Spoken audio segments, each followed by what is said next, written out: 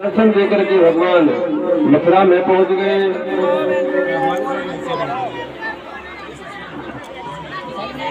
एक दिन कंस ने सोचा कि हमने कितने कितने उपयोग करे, कभी अघासुर को भेजा, बकासुर को भेजा, पुतना को भेजा, लेकिन कन्हैया का कुछ नहीं हुआ। नारद जी आए तो नारद जी को आकर के देखा तो बोले, गुरुदेव बहुत बड़ी कृपा, आप बहुत ही सही टाइम पर आए हो। बोले महाराज, हम तो हमेशा हर जगह सभी टाइम पर जाते हैं। बोले फसल फसल हो रही है, ये कृष्ण बलराम आखिर मरते क्यों नहीं है? तो नारद जी कहते हैं कि वो वसुदेव के ही पुत्र है, 7वां 8वां गर्भ है। तो कंस ने तुरंत ही वसुदेव और देवकी को मारने का आदेश दिया। नारद जी बोले, रे क्या कर रहे हो? अगर इनको मार देंगे तो इनके बेटे कैसे आएंगे? बोले क्या किया जाए? बोले जितने उपयोग किए सभी खाली गए, इसलिए इन सबको मथुरा में ही बुला लो।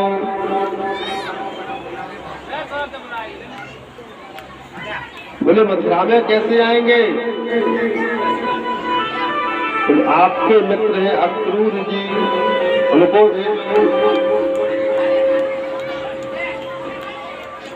कंस को बड़ी प्रसन्नता हुई और अक्रूर जी को बुलाया कि जाओ वृंदावन से कृष्ण बलराम जी को लेकर के आओ। अक्रूर जी वृंदावन गए, कृष्ण बलराम को लेकर के आए। और कृष्ण बलराम अकेले नहीं आए, सारा ब्रजमंडल, नंद बाबा, सभी लोग उनके साथ में आए।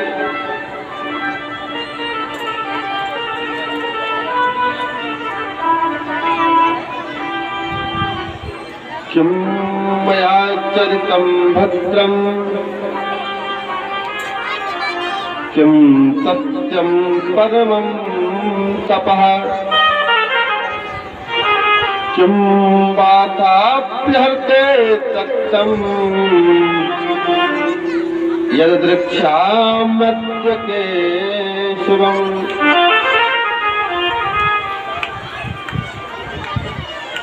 अक्रूर जी वृंदावन पहुंचे तो कन्हैया अक्रूर चाचा के चरण दबा रहे हैं। बोले क्या बात है? कन्हैया पूरा वृत्तांत समझ गए। तो नंद बाबा पूरा ब्रजमंडल मथुरा पहुंचा तो बलराम जी कहते हैं, बोले बाबा हम थोड़ा घूम करके आते हैं वृंदावन मथुरा में। तो कृष्ण बलराम और उनके सभी सखा मथुरा में घूम रहे हैं। सभी देख रहे हैं मथुरावासी कि यही वही बालक है जिसने गोवर्धन धारण कर लिया, जिसने पूतना को मार दिया, जिसने अघासुर को, बकासुर को, तृणावर्त को, कालिय नाग को डस दिया। सभी मथुरावासी भगवान की छवि को देख करके भगवान की छवि को अपने नैनों के माध्यम से हृदयांगन कर रहे हैं। सभी ने कंस के डर से अंदर अपने बंधन बारे लगाए, बाहर किसी ने बंधन बारे नहीं लगाए। बोले अगर कंस को पता चल गया इन लोगों ने स्वागत किया तो बहुत गड़बड़ हो जाएगा। अब सभी मथुरा में विचरण कर रहे हैं गलियों में। एक सखा बोला कन्हैया मामा के यहाँ आए हैं, न चकाचक वस्त्र है, मामा कहे सोचेगा कितने भिखमंगा है लेकिन तो बोले बिहार में तो कंस का एक धोबी था जो कंस के कपड़े धोता था। संयोग से उस धोबी का भी नाम कंस था।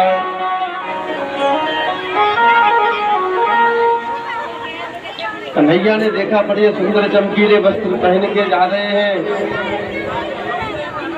तो बोले कंस मामा राम राम। बोला ये कौन सा मेरा भांजा आ गया यहाँ पे। जैसे ही देखा बोले कौन है रे तू। मेरे को मामा बोलने वाला। बोले कंस हमारे मामा है, इस नाते हमारा पूरा गांव मामा है। किसी का मम्मी और धौला में हुए तो भाने बच जाए, देख के थोड़ी पूरे गांव के भाने गए। अब भैया हमने कही हमको वस्त्र चाहिए। तो बोले वस्त्र राजसी हैं, राजा के वस्त्र हैं, तुम जैसे भिखमंगों के लिए नहीं है। गाय चराते वन में घूमते रहते हैं। मामा ने बुलाया मुंह उठाए चले आए। घर में कपड़े नहीं थे क्या पहनने के लिए। तो भगवान ने घुमा के एक थप्पड़ मार दिया। तो वहीं पर कंस का गोविंद आय नमो नमः हो गया। और जितने भी कपड़े लिए थे सभी कपड़े सभी ब्रजवासियों ने ले लिए। अब कपड़े फटेंगे तो थे नहीं, कोई छोटा कोई बड़ा कोई इतना बड़ा। अब किसी की उतना लग दिखा पड़े। तो बोले कन्हैया थोड़े सेट हो जाए, चकाचक हो जाए। तो सामने एक दर्जी थे, सामने से आ गए दर्जी महाराज। बोले कन्हैया लाओ हम आपके वस्त्र सुधार देते हैं। दर्जी ने सभी वस्त्र सुनाए और बोले क्या चाहिए। बोले बस आपकी कृपा, आपकी कृपा चाहिए। तो भगवान ने कहा जाओ हमारी कृपा तुम्हारे ऊपर सदा बनी रहेगी। अब सखा कहते हैं कन्हैया थोड़ी माला साला हो जाए। तो मथुरा में सुदामा नाम का एक भगवान का परम भागवत भक्त रहता था, माली था। तो भगवान श्री सुदामा जी के घर में चले गए। जितने भी मालाएं थी बोले खूब माला पहनो। तो सभी ने खूब मालाएं पहनी। बोले कन्हैया वस्त्र हो गए, माला हो गई, अब थोड़ा चंदन वंदन हो जाए।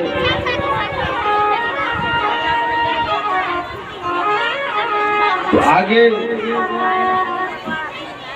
उपजा जा रही थी जो कंस का चंदन लेकर के। तो भगवान ने देखा कि हाथ में चंदन का कटोरा। तो बोले परम सुंदरी, अब ये गाना नहीं चला था परम परम परम सुंदरी। इसी तरह भगवान ने कहा सुंदरी। जैसा ही देखा तो जाने मुड़ करके कि मेरे को सुंदरी कहने वाला कौन है। तो बोले तुम बुला रहे हो क्या। कन्हैया ने हमें मुंह ढला दी। बोले मैया क्या मैं आपका चंदन लगा सकता हूँ। बोले मैं कंस की स्वरंद्री राशि हूँ, मेरा घिसा हुआ चंदन ही राजा लगाते हैं, लेकिन कोई बात नहीं, आज आप लगा लो, लेकिन हमारी एक शर्त है कि मैं अपने हाथों से तुम्हारे माथे पर चंदन लगाऊंगी। भगवान ने स्वीकार किया। कुब्जा ने अपने हाथों से भगवान के माथे पर चंदन लगाया, तो भगवान ने भी कुब्जा को धार कर दिया। अपने पैर के अंगूठे से कुब्जा का पैर दबाया और ऐसा खींच दिया कि ये 3 जगह से टेढ़ी थी वो सीधी हो गई और एक सुंदरी के रूप में प्रकट हो गई। बोले भक्तवत्सल भगवान की जय। एक सुंदरी के रूप में प्रकट हो गई।